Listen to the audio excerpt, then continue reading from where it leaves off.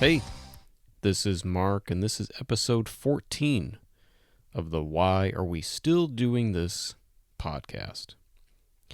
First off, thank you to everyone who took the time to listen to episode 13, which was our Halloween edition of the show, with my friends Colin and Kevin Moran, talking about all of the absolutely insane paranormal activity in their childhood home. I got so much awesome feedback on that show, and it was without a doubt some of the most fun I've had since I've started this. So if you haven't, please take a listen to episode 13, which is everything scary, hilarious, existential, and educational. Anyway, so this is part one of a multi-part series, Why Are We Still Neglecting Public Schools?, with my friend and middle school adjustment counselor, Scott Balawender. So Scott and I have been friends since we were roughly 8 years old and have had similar career paths, including working in various roles in public schools and mental health settings, and also shared many adolescent shenanigans that most kids we work with wouldn't believe because they think we're squares for the most part. Scott is someone who's very passionate about helping others and someone who generally gets it and knows how to talk to kids, specifically those who are struggling with various social emotional issues. Because to be honest, there are people that have been working in education for years and still have not caught on as to how to talk to kids.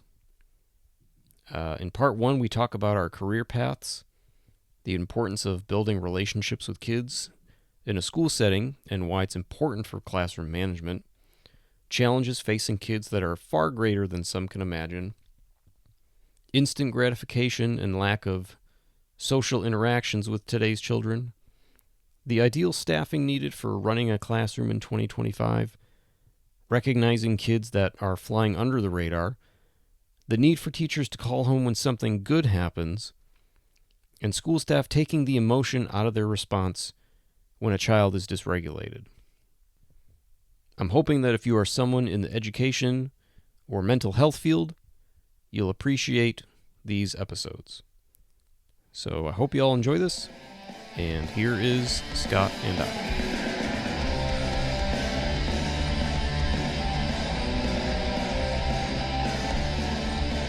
I was going to say, I didn't realize, how parallel our careers sort of were, because I feel like after we graduated high school, we went to college, and then I feel like after that, we were just kind of screwing around for years. Then we ended up at the middle school, which you were there before me. I called you and told you about that position at the middle school after I had gotten it. Oh, wait. No, I'm talking about first time. The first time we were paras. Yes. That's so right. So we were paraprofessionals. And that was weird because we were working in a school and we were just still screwing around in life. I had just gotten out of an awful relationship. I had no idea what I wanted to do. I moved back home. And so we were there together.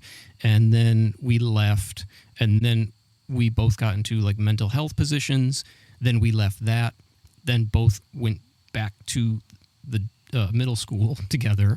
And now we're essentially both back in a school. And that's kind of where I had my sort of moment where I realized I really wanted to work with kids in a mental health setting, but just in general, I always knew I was good with working with kids. Mm-hmm. And I think I'd asked you this before, what your aha moment was, if you had one, where it was you realize, because I had a moment where I realized the severity in a lot of kids' situations. And when we were working at that middle school, first of all, and I would do lunch duty, and I feel like a lot of the kids who came from were in a position of, their family was in a lower socioeconomic status, and I remember those kids always gravitated toward me. Yeah. And I would sit with them at lunch, and I remember I said to this one kid, what'd you have for breakfast today? And she looked at me and she said, I had a can of Coke and a bowl of sugar. And I was like, oh.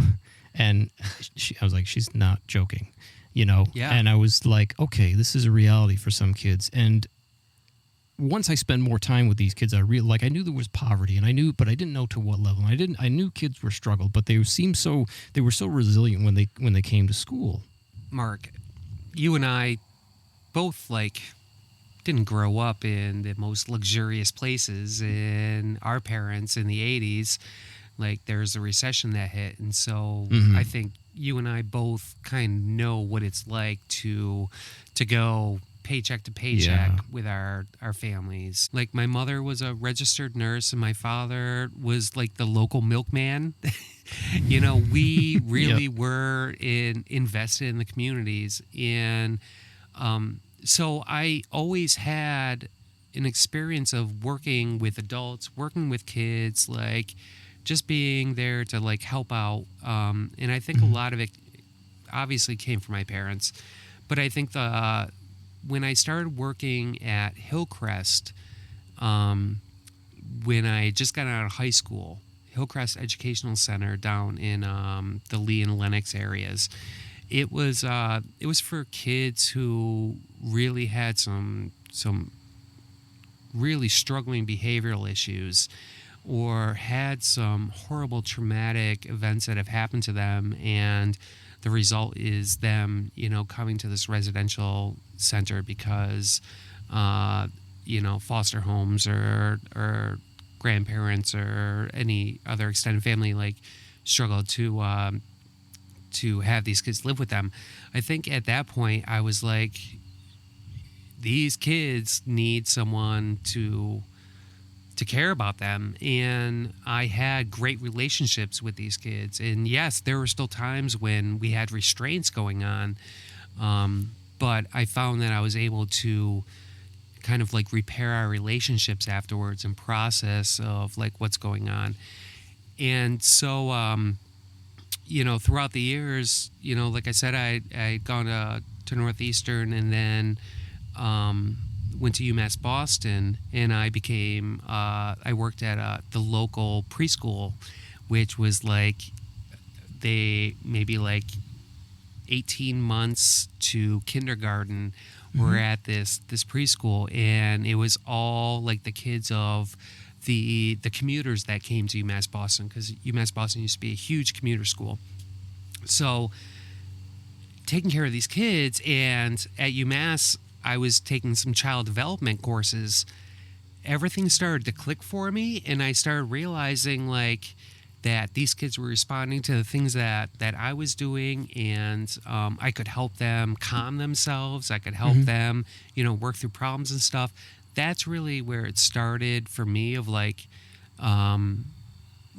working with kids is where it's at for me. You know, I think that all teachers, you know, should at some point be in a substantially separate classroom, or be in some situation where obviously you had to do restraints. I had to do restraints in a situation in my classroom that I had, and it's the worst thing horrible. that you have to do in your job. And looking back on my time, you know, I definitely could have done things differently and de-escalated situations, obviously, better.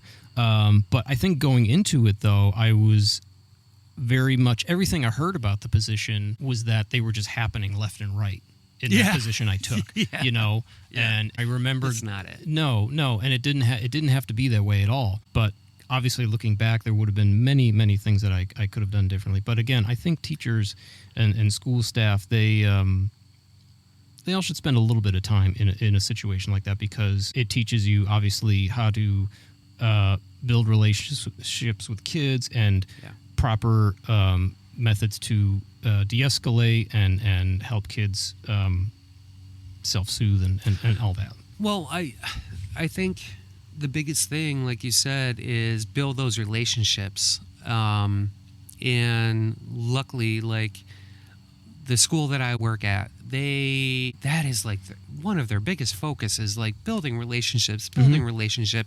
We have like a morning advisory where we have like a smaller group of kids. So every single staff member has an advisory, you know, like all the exploratory teachers, instead of homeroom, it's the advisory, which your daughter has actually been a part of. Yep.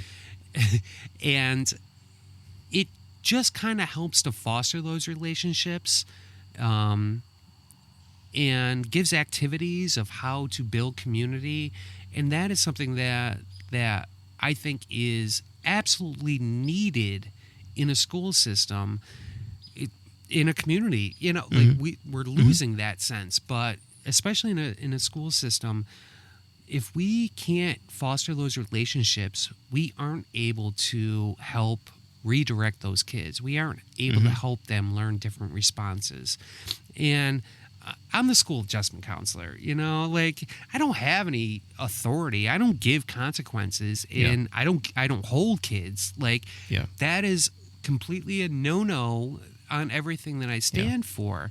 But I will walk into a classroom that is giving a substitute a hard time, and as soon as I walk in, every kid is going to be quiet. That says something. And you probably don't have to say a word. I don't. No. I don't. I have a look. You give the look. But it's not even a mean look. It's not just no. like a dude, what are you doing? And they go, yeah, I get it. And of course, there are some kids that don't necessarily respond to that, but there are multiple other reasons of why that happens. Yeah, and when you walk in and give them that look, like you said, it's not a look of I'm gonna take you out and you're gonna have a consequence. It's more like, and I wish that some teachers would have that approach where the approach is more like, what's going on? Yeah. Like, what prompted this, as opposed to, I know your father. Like those, like a lot of the teachers that we had growing up. They were ancient. They were all ancient. I know. They were all so old. I saw this TikTok yesterday, and it was a group of women teachers, very young, and they were all like, "This is me at 8 a.m. and then this is me at 3 p.m. After whatever." And I sent it to one of our friends, and I said, "These teachers all look like they're like 24." Yeah. And we didn't have a teacher under 50. In high school and elementary school. So, but I'm glad that kids have younger teachers today, because they can, I think, relate to them obviously a little more. But one thing I wanted to ask you is, what do you think that some of the biggest challenges are that kids are facing today in schools? Because in my experience, sometimes kids with behavior issues and social emotional issues are never, they're never absent, because their school is their essentially safe haven. Yeah. Like at my school, we give the kids a snack and 2 meals a day. Their needs are getting met. We have kids that are homeless, and I think you mentioned that in just leading up to our conversation today. Just poverty is obviously one of the big things, but what are some of the other challenges you think that kids are facing today in schools that are up there? When it comes to social media, when we were kids, we didn't have we didn't have instant gratification of things. We had to wait. And even like nowadays, my wife, if we get like a sweet, some chocolate or something, she like wants that right away, and I'm like, no, I can hold off. And that. And that's funny. I don't know where that came from, but I've always kind of been able to do that at with certain things. Me too. But for kids nowadays, everything is just immediate gratification, and it's such a struggle for kids to just sit in a classroom and listen to what the teacher is talking about, which we do have different curriculums that try and help the kids come to more of a conclusion for themselves, but I don't know. Like compared to what we had back in the day, where teachers had a lot more creativity instead of having like these cookie cutter curriculums. I'm not saying that it doesn't work for most kids, but I think it goes back to we've had standardized testing, and that doesn't always work for everyone. No. It's the same thing with the classrooms, that the stand and deliver stuff doesn't always work for everyone. And it's also a struggle because we don't have a ton of paras in the classroom to help out. Oh my God, I know. I'm trying to think of what we have at our school, but usually the paras are in the kindergarten classrooms. Each class para, each kindergarten classroom has one para, but other than that, if we have a student that has some really significant, behavioral concerns, or there'll be someone in there. But Yeah. I wish there could be a pair in every classroom. I think that would be such a huge help if we could get like a para in every classroom or a co-teacher or something. Mm-hmm. And it's we were just talking earlier about how difficult it is to even fill regular positions Mm-hmm. in our schools, and we're at very different schools in different states, and Mm-hmm. but this is everywhere. So I mean, the lack of those resources and the people, like adults in the classroom, is a big struggle for kids. There's also the struggle of parents and kids coming together. We talked about the family structure, and something the amount of kids who have incarcerated parents Yeah. is a lot more than I ever thought. Did we have anyone in our school I don't think so. that we even had any idea If we had d- an incarcerated parent? No, and if we did, No. it would have been like our minds would have been blown. Or We it wasn't, even though divorce was starting to be on the rise, it wasn't that prominent. It wasn't. No, that's a It good really point. wasn't. That's a good point. There was some of our friends, Some, your yeah. parents and My- Jesse's and stuff, but Early '90s, my parents divorced, Yeah. and but I'm trying to think. Other than that, I don't think I was really aware of it. I don't think we were either. But besides like incarcerated parents or deceased parents, it's like children being raised by their grandparents. And again, I had one situation when I worked in mental health where there was two kids that were being raised by their great grandparents. Yeah. And I remember going to the house, and the great grandfather was talking about how he used to bring his rifle every Yeah. day to school and Yeah. drop it off in the office, and he'd pick it up on the way out. And I'm like, just the generational gap, and We had people You who know. would go hunting in the morning, and they'd show up in our parking lot, their trucks with rifles in the back. Do you remember that? I don't. We had, I we don't. did, yeah. A lot of the kids. Yeah. Yeah. Wow. And now, but that was a culture, and culture does change, which is fine, Mhm. But in saying that, like, we're seeing a huge struggle everywhere with students, and it's a lot of it I'm seeing is coming from their interactions or their lack of knowledge of social interactions. We haven't had, because there is so much like online stuff, they don't have that one-to-one No, they don't have. interaction anymore. They don't have the experience of having to call a friend and having to go through mom or dad, their friend's mom or dad, to get to them. Oh my God, I used to hate that. is If Joe- a parent picked Yeah. up, Hello, is Joey there? Who's calling, please? yeah, it was always who's calling, please. and then they yell, Joe. Down the hall, you could hear the parents yelling, and then they'd be like, he's coming in a minute, and then you'd be stuck on the phone with them, So, and there's just dead silence, or and you're like, oh, this is really awkward. I used to hate having it. My parents started off early going, if you answer the phone, I want you to answer it. Balawender residents. Balawender, And I'm like, that's I funny. am not answering the phone like that. I remember. I remember before, like, I kind of hit puberty and my voice got deep. I remember Oh my God.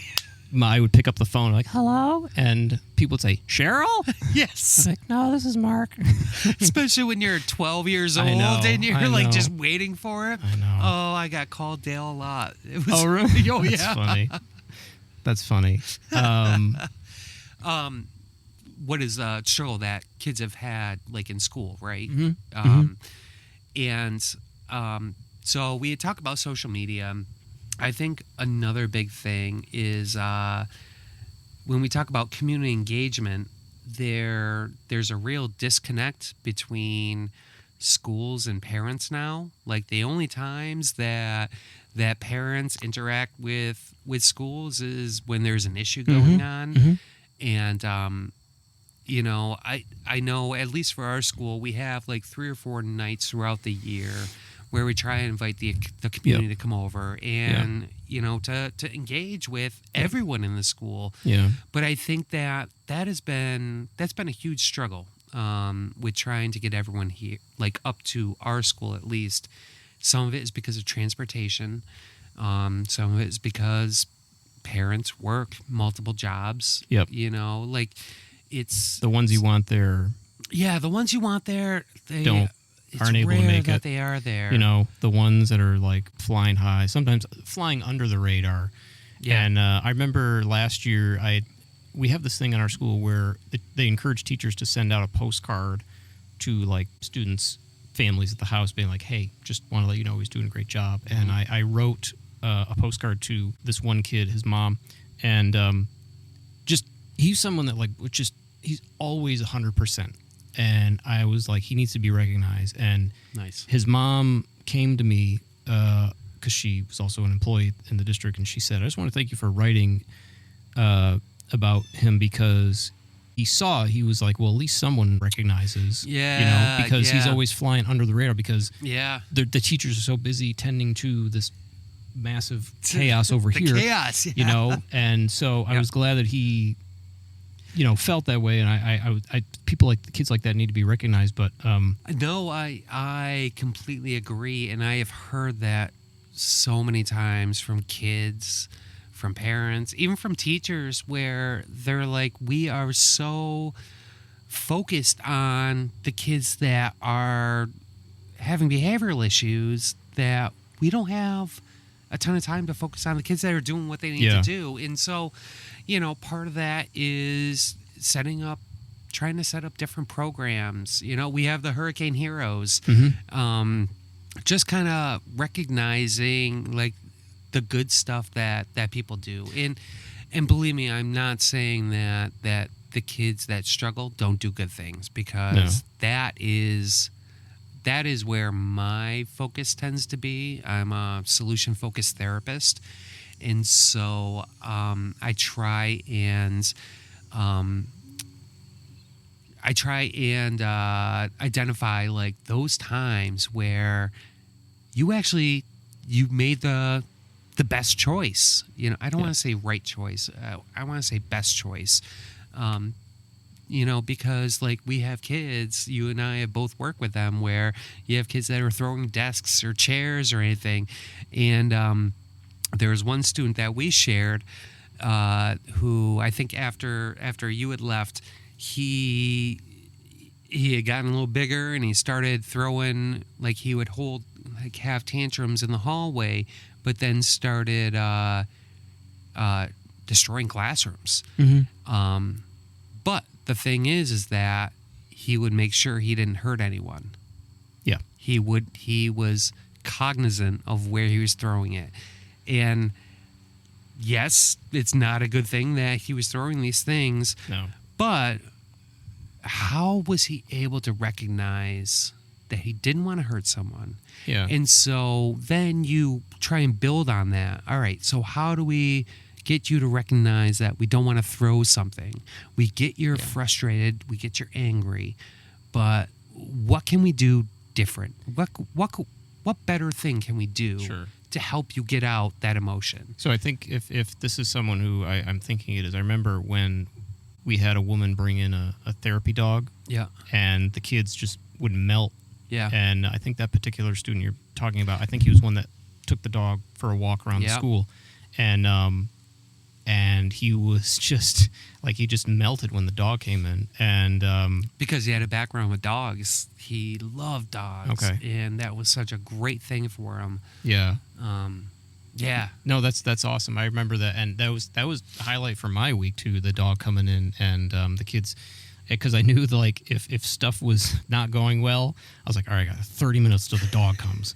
Yeah. So when I was in that role at your school, I would always try to make it a point to obviously contact home about good things that happen. And I remember I would call home if so-and-so had a great day, because obviously if the phone rings at 11:30 at your house, you're looking at the phone going, shoot, if the school's calling.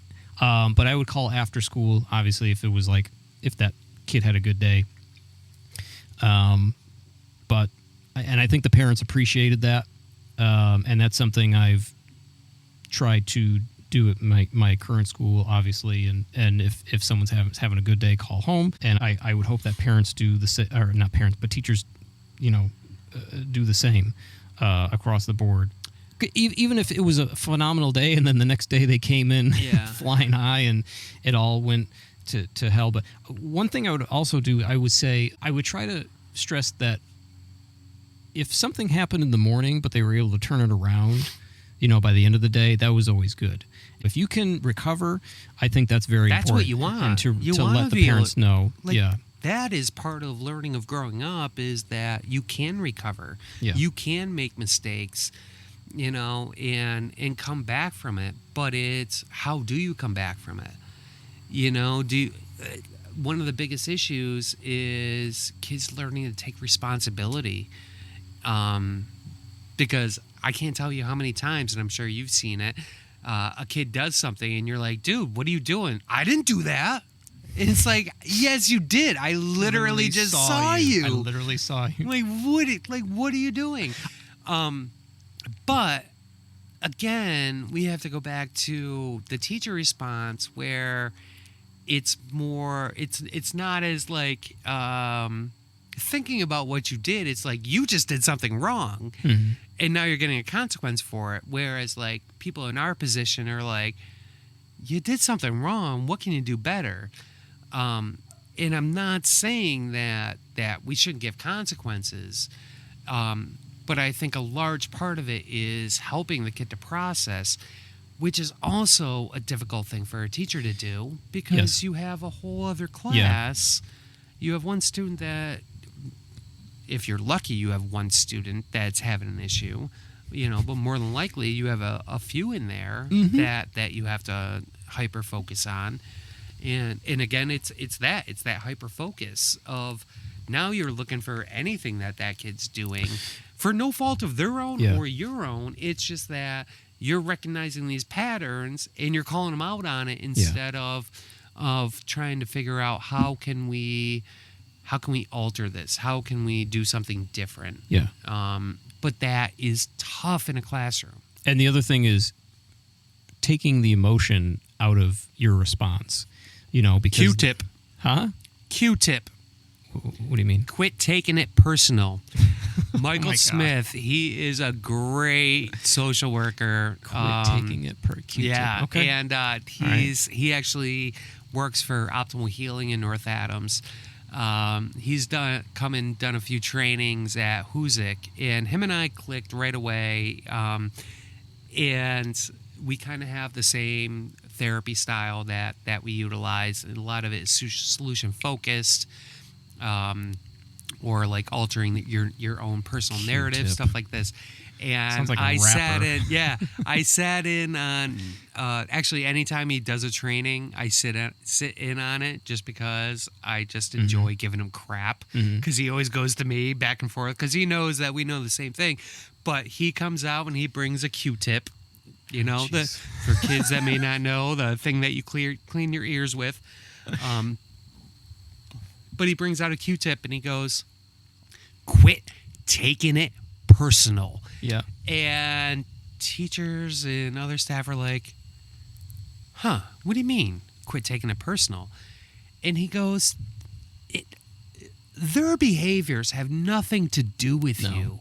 No. There is so much more going on in their world than them just sitting in your class for 50 minutes, 60 minutes, they have to worry if they're going to eat later. They're going to have to worry if they're going to come home and their parents are screwed up, or even their parents are home. They have to worry if a parent that's not supposed to show up shows up, and the police are going to be called. That's the worst. And unfortunately, Mark, we live in a very small area, but this happens a lot, and it's very sad.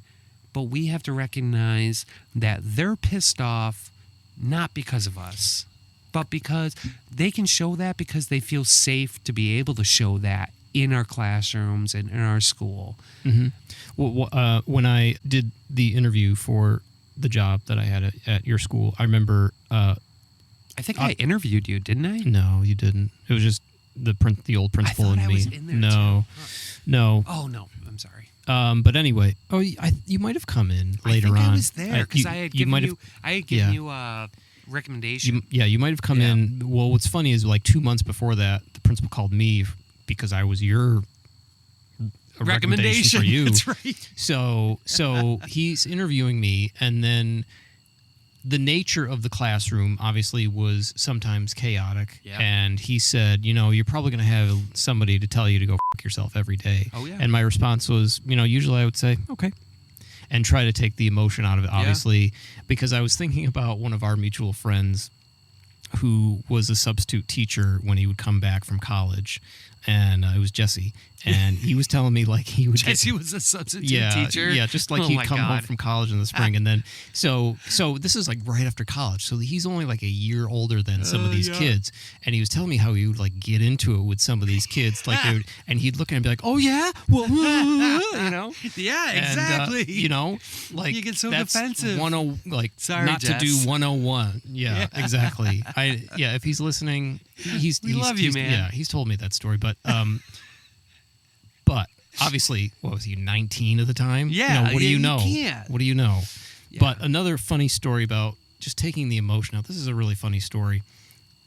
One day when it was winter, and I took 2 of the students in my class outside at the end of the day, and because they had earned some, I don't know why, but I said, well, let's go outside. It was only the 2 of them, and I said, I have 2 rules. I don't know what the second one was, but the first one was no throwing snow.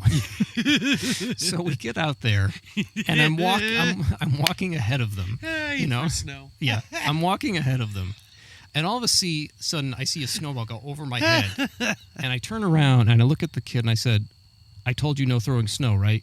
I said, "This is your one warning." I take 3 steps, poof, right in the back of the head. How can you expect? I turn around and say, "Inside." What?